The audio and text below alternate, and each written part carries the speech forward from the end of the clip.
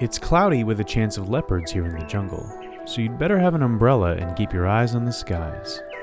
The clouded leopard is at home in the trees, and with good reason. It's the best darn climber in the climbing business.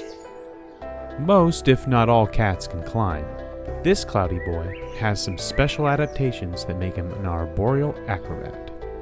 But playing a non-stop game of The Floor is Lava is one way to get the jump on your enemies here in life, death, and taxonomy.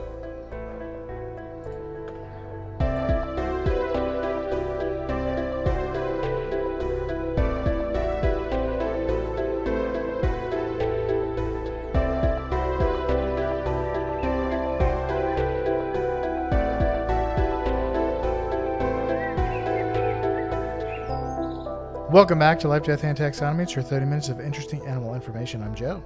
And I'm Carlos. Thank you to Cassie for the creation of our theme song. To hear more of Cassie's music, please search Cassie Michelle on YouTube or Spotify. And thank you to Johanna for the creation of this week's artwork. To check that out, you can visit us at our home on the web at ldtaxonomy.com. And a very special thank you to our patrons, to Jesse Raspolich, Carol Raspolich, Richard Kaspar, Lottie and Aubrey, Gray Hughes, and Wednesday Rabbit. Thank you so much for your support. It's greatly appreciated. Thanks for helping us keep the lights on. And today we're talking about the Banshee of the Bhutan, the specter of the Sikkim. It's not thus, it's just Sikkim. But more on that later. It's also not the Bhutan. Yeah. The Bhutan Banshee? The Bhutan Banshee and the Sikkim specter. The Sultan of Swing. Yeah. Sultan of SWAT. Oh, SWAT. Swing makes sense because, that's something you do with a baseball bat. Yeah, what are we talking about? We're talking about Babe Ruth. That's right. The most delicious candy bar. We're talking about... Said no one. Who is anybody's favorite? It's pretty good, but it's not like... It's like Three Musketeers. It's like, is that really anybody's favorite?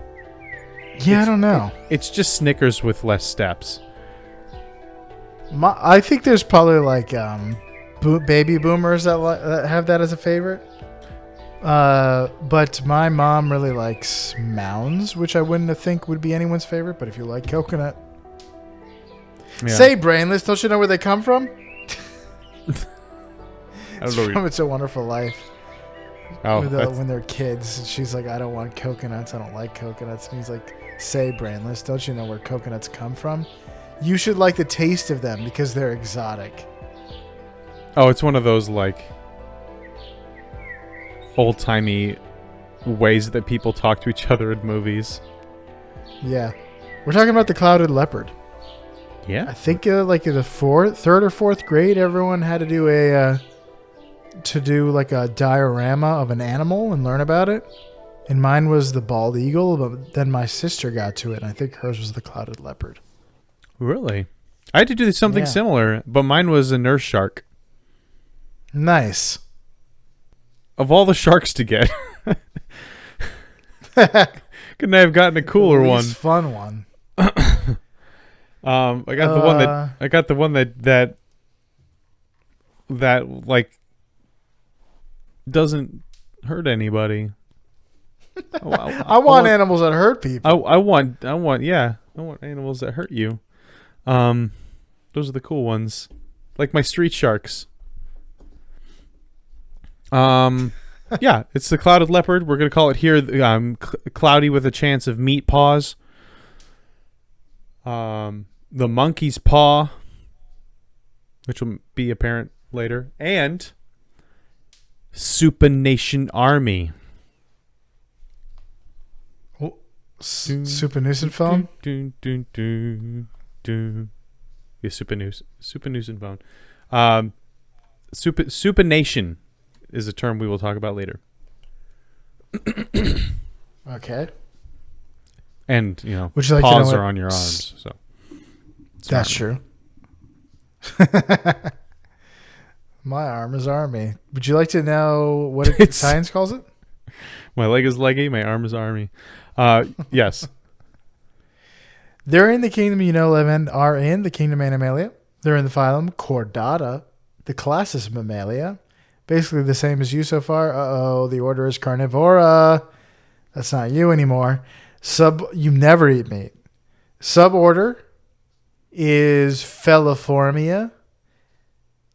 And we all know that a human suborder is ultimate with cheddar cheese and lettuce and mayonnaise. Meatball marinara. I don't even know why there are other subs. What? It's time for subs. It's cold cuts. It's not time for Italian dishes. Yes, it is time for delicious, hot Italian dishes in sandwich form. The bread please. is always giving me already giving me heartburn. I don't need also the acidic. And they even give you the option of having Italian herbs and spices as a bread option. So it's just perfect. The family is Felidae. The subfamily is Pantherinae. The genus is Neofelis, a new cat. And the species is Nebulosa. Neophilus nebulosa. Yeah, so this would be a nitty gritty nomenclature that would be on the easier side probably. But we're not doing nitty gritty nomenclature because since we're in the business of naming things, it's time for my favorite part of the show, critter groups. The part of the show where I ask you, Joe, a question, and that question is the same every time. What is the name of a group of this animal, or what is the term of venery, or what is the collective noun? I'm pretty sure we haven't done a leopard before.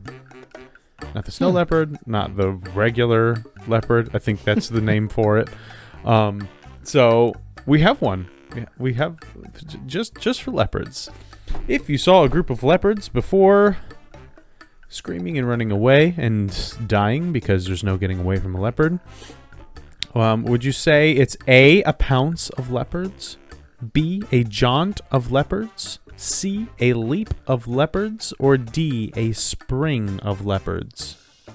Little leaping leopards coming to bounce and play. Final answer. A leap. A little leaping leopard who comes to bounce. Animal Junction just gets ripped to shreds. That is correct. Leap. Nice. Leap. Leap. Leap. If you said spring or jump as the term of venery, and you did not go with the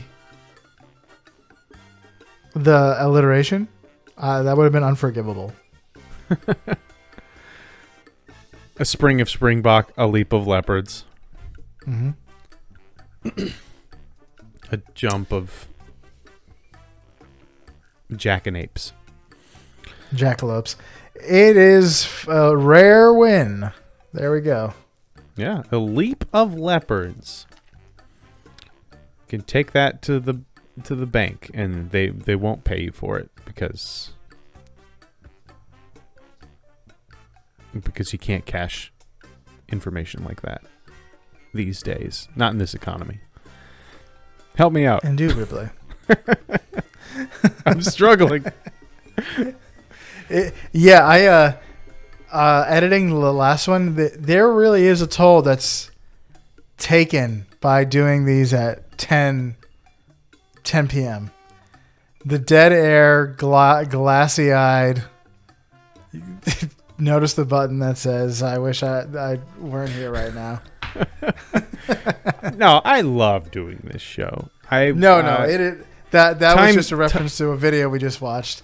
Time gets away from us. Our brains are not at 100%. Although last night I was able to sleep quite a bit, which was nice. And the kids slept in until 6:45. So, wow. Bring it on. The world's my oyster. I got up earlier than you today. Really? Wow. What does the clouded leopard look like? The clouded leopard has a striking coat pattern. of large cloud-like spots in irregular blotches on a backdrop of pale yellow or gray. Like most cats, its fur pattern helps it to camouflage in its environment, so it can jump on things and stab them. Clouded leopards have a robust, stocky build with relatively short legs compared to their size. That's kind of a leopard thing, to be thick and short. I think jaguars are pretty thick too, though. True. In fact, yeah, I don't know. Because tigers are thick as well. Jaguars should be called Neophilus because they're new world leopards, essentially. Well, they're in because a clouded leopard is not technically a leopard because it's not in the genus Pantherus or yeah, I think Pantherus. It's Pantherinae. It's not one of the big cats, which is it's kind of lions, little. tigers, And bears, panthers, leopards. Not bears. Well, they also have a distinctive long tail that is as long or sometimes longer than their body length, which we'll talk about later. Goes with my theory of long tails. Tastes like sour grapes. You know what they say about long tails? They live in trees. Yeah. Good balance. That brings us to their relative size. So welcome to the Blood Measure Up segment, the official listener's favorite part of the show. The part of the show when we present the animal size and dimensions in relatable terms through a quiz that's fun for the whole family. It's also a part of the show that's introduced by you when you send an audio of yourself saying, singing, or chittering the words measure up into ldtaxonomy@gmail.com. We don't have a new measure up intro this week. That means you get to hear from an animal and Carlos gets to guess who it is. All right. And it's a leopard. The only leopard I can think of I mean, maybe there's one in Zootopia or something like that, but there's Sabor in Tarzan, but he doesn't have a lot to say. He's just a murderer. There is something that looks kind of like a leopard in Zootopia, but it turns out to be a chunky cheetah. Yeah, he's a chunky cheetah that likes donuts. Because he's a cop, you know? Cops like donuts. Get it? Yeah. I watched a clip of that, and he calls her cute, and she rebukes him by saying only other rabbits can call her cute. Yeah, that movie's got a message. We just actually got about halfway through Elemental. It's not subtle. Which is another movie that is not subtle. Basically Zootopia. The exact same thing. So, well, let's talk. Let's hear from, without further ado, the listener's favorite part of the show. Dare you? He can't. He's not scary. He's just a leopard. Same as me. And how do you know he's not scary? Because I found my roar. Oof, duh. Do you know what that is from? What was that, Lion King 2 or something like that? Close. It's called The Lion Guard. It's a TV show. Oh, yeah. That was in the Lion King universe. Oh, is it? Huh. So what is that? That is Simba's little son with the black mane, which doesn't make any sense because the only reason why you would have a black mane as a lion is if you were a mature adult with a lot of testosterone, but whatever. It looks like Simba when he's young. Because Simba has a daughter and his son is, and the son, she wants to marry, Lion Mary, Scar's grandson or something, or uncle, nephew. But that is Badilli, the leopard. Badilli the leopard found his roar. Voiced by Kenneth from 30 Rock. Interesting. I forgot about those Disney Channel shows. I did not know about it until today. Let's talk male length. The length of a male, even though it's Women's History Month. They're 81 to 108 centimeters, or 32 to 42 inches, without the tail. How many clouded leopards go into the height of a cirrocumulus cloud? A cirrocumulus cloud. I know cirrostratus and then cumulus. Here's a hint. Cirrocumulus clouds are one of the three main types of cloud, and of the three, it has the highest altitude. They are the kind that look wispy and white, like a bit wispy white cotton blankets across a large section of sky. I know what you're talking about. How high up are these clouds? I'm thinking of that movie, Three? Aeronauts with Eddie Redmayne, where they go up into a hot air balloon and almost freeze to death. I've never heard of it. Pretty high. 80,000 feet. What was the measurement for the 43 male leopard? inches? 43 inches. My answer is 22,325. Give or take a few. 22,000. 22,300. Correct answer is 5,581 cats. These are pretty low-hanging clouds, it seems. They're the highest hanging clouds. Cirrocumulus clouds are 6,000 meters above the earth, or 20,000 feet. There are no clouds above Everest? That doesn't make any sense. I guess there's, and like when you're in a plane, there's really no clouds above you.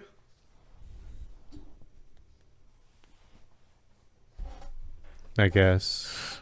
I always feel like I haven't been in a plane in a while, but I always feel like there can be clouds. You go over like the normal cloud line, but then there can be clouds above you. And yeah, there's also like the noculescent clouds, which are supposed to be the highest clouds. So maybe that's a specific cloud type, and it's in the subcategory of cirrocumulus.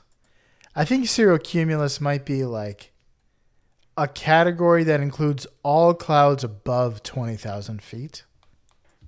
I feel like 20,000 feet is just really low for clouds, but not really low for clouds. Like a really low cloud is fog, but that's just like a really low ceiling for clouds. Oh, well, the more you know. We learned something new. And we can add this to our knowledge about clouds being like weighing 1 million weasels or whatever. Clouds weigh 1 million weasels, and they are 5,000 clouded leopards tall. So clouds work. Here it is. Clouds work with suffixes and prefixes. The prefix cirro is everything above 20,000 feet has the prefix cirro. But the cumulonimbus is like a tower of a cloud that starts low and goes all the way up high. So they can go up to like almost 40,000 feet. Yeah, you said cirrocumulus, and I was like, I know cirrostratus, so there must be some. Cirrostratus is another type of cloud that's above 20,000 feet. Okay. But then, so like, the 20,000 feet is the minimum height requirement for clouds to be cirro in the highest category. Yeah. Got it. That makes sense. Let's talk about weight. They're 25 to 50 pounds, or 11 to 23 kilograms. If Cassiani's hymns were each 10 pounds, How many clouded leopards would go into her body of hymnography? I guess you could just say into her hymnography. Excuse me? What is this monstrosity of a word problem you just gave me? Cassiani, also known as Cassia, also known as Saint Cassiani, was a Byzantine poet, composer, and hymnographer who lived in the 9th century. Cassiani is best known for her contributions to Byzantine liturgical music, and she is remembered for her hymns and poetry. So basically, how many hymns did she write? Times 10. If each hymn was 10 pounds, how many clouded leopards would go into her hymnography? Wow, no idea. No way to even estimate it. We'll say 50. You and historians both, because I will say there are a number of them, like 20 of them, that they aren't 100% sure were hers. And there's probably like several that like we haven't found. Okay, I'll go with the answer is 10.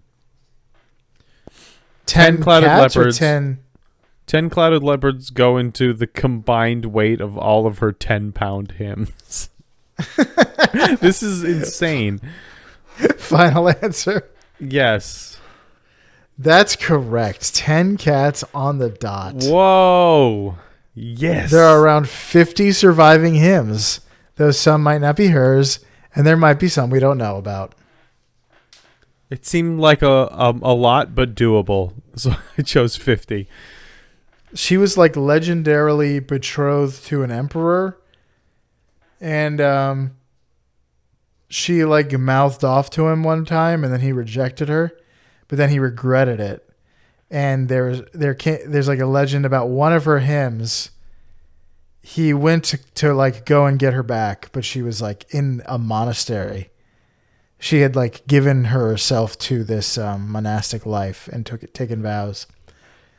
And she hid when he came to see her, and he found a partially finished hymn that he like added a line to about hiding from the king or whatever. And then he left, respecting her wishes not to see him again. And then she completed the hymn, and his line's in it. But a lot of that is probably apocryphal. That sounds like a fairy tale story. Not a fairy tale, but it sounds like a story. It's like Saint Nick punching somebody in the Council of Nicaea for denying the Trinity. Probably didn't happen, but it's more fun to imagine than not. Or the caning in Congress. That actually happened. Yeah. The antebellum caning in Congress. We need a good caning these days. I feel like we're close to it. Do you think, we might actually watch C-SPAN if people started caning each other. Yeah. The C in C-SPAN stands for cane. The cane span. Okay. Do you want to hear any fast facts before we get into the major fact? Sure. Clouded leopards are found in the forests of Southeast Asia, including rainforests, dry forests, and mangrove swamps. They are known to inhabit countries like Nepal, Bhutan, India, Myanmar, Thailand, Malaysia, and parts of China. Despite their widespread range, clouded leopards are elusive, which makes them difficult to study in the wild. Their secretive nature and preference for dense forest habitats makes them less visible compared to some other big cats. But it sounds like leopards and big cats are very hard to spot in general. Spot. Yeah. Like most cats, they are carnivorous, and they primarily prey on various mammals, including deer, pigs, smaller mammals like squirrels and monkeys. And clouded leopards are primarily nocturnal, and they're solitary animals. They mark their territories with scent markings, and they have home ranges in the wild to ensure access to their prey. So they like to mark mark around prey territories so they can access large meals. But that's all I got. You got any big facts? All right, this major fact is called Paws for Effect. After watching so much of Go Dogs Go on Netflix, a show that is just 75% puns having to do with the word paw and dogs and stuff like that. Like there's Chew York City and Boston and Meowbuquerque and all this stuff. This one came naturally to me. So leopards, clouded leopards, spend a good... Well, leopards in general spend a good deal of their time in trees. Like, they're the cats that climb well. Most big cats climb in general. In fact, like, lions can climb trees. Like, you don't really think of lions climbing trees, but they're cats. They can climb a tree if they want to. But leopards they're the ones that spend a lot of their time in trees. They'll drag their kills up into trees, and they're the good climbers. But clouded leopards take this to the extreme. They are some of the most skilled feline climbers in the world, and they spend the majority of their time in trees, unless they're actively hunting. For one, their tails are almost as long as they are, sometimes longer, and so that's just great for balance. Most mammals that spend a lot of their time in trees have tails, unless you're a sloth, where balance is less of an issue because you're just hanging around. They can also jump almost 4 feet into the air, almost their body length, more than their body length, but almost pretty much their body length. That helps them get to lower branches, get away from any potential predators, and catch things that are going up into trees like monkeys. But the real secret to their climbing prowess is in their paws, which, for starters, are already larger relative to the leopard size than other cats' paws. But the clouded leopard has paws that can rotate up to 180 degrees, which sounds like, oh, wow, that's a lot. But, I mean, you and I, we can rotate our hands 180 degrees, flip them up, flip them down. This allows it to perform something called supination, which is why it's the supination army. That's just a fancy way of saying that it can face its paws upward or towards its face, rather than just like at the ground, like most cats and dogs and animals with paws can do. So a dog can't look at its paws like it's beans. Yeah, it can't like flip its paw upside down and look at it. Its paw doesn't rotate like that. Interesting. It actually doesn't really rotate very much at all. If you've ever tried to manipulate a dog's paw, it goes, up and down, but it doesn't go side to side. So pronation is having your hands face down, or prone. Like, it comes from the word prone. This is like you're playing piano. So your palms are face down. And then supination is having them face up, like supine, which is like you're worshiping at a megachurch. You're just holding the TV with your hands out like that. So this is similar to how monkeys and humans can rotate their hands around, and that obviously is very advantageous when it comes to climbing. Allows monkeys to climb really well. Humans, not so much. We don't really have the balance, the relative strength, or the tail situation to be great climbers, at least in comparison to monkeys and leopards and things. So, armed with these arms, the clouded leopard can grab nearly any surface along a tree's trunk. They can even climb straight down, head first, down a tree trunk. Like a squirrel. By gripping the smaller trunks with their back legs and kind of doing a shimmying But the only reason why they can grip is because they can rotate their paws to go inward. If, like most cats, they couldn't rotate their paws, they wouldn't be able to do that. They can also hang and drop and catch themselves easily, which allows them to jump from one tree to another, to chase prey, and to get away from predators. But yeah, then most of the videos you'll see of this are of clouded leopards in captivity, but there's just a really good montage of them climbing, and it's pretty impressive to watch like a full grown leopard just go straight down a tree like a squirrel would.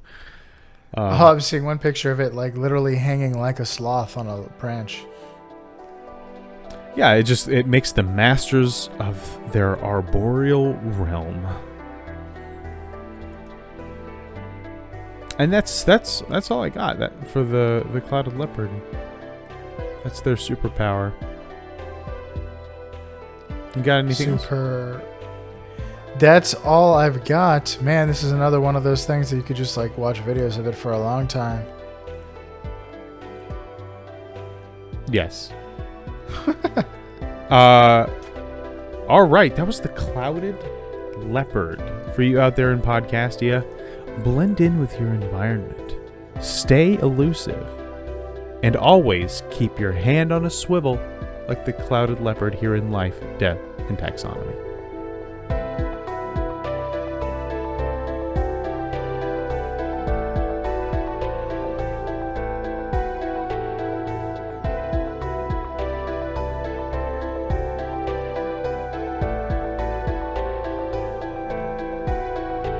Hey Taxonomy Titans, I just want to remind you that we now have a Patreon. Patrons can see full video episodes and get shoutouts on the show.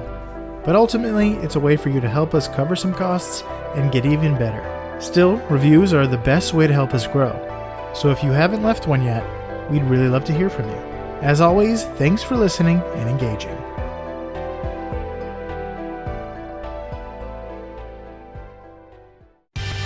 Life, Death, and Taxonomy is my favorite in the world podcast.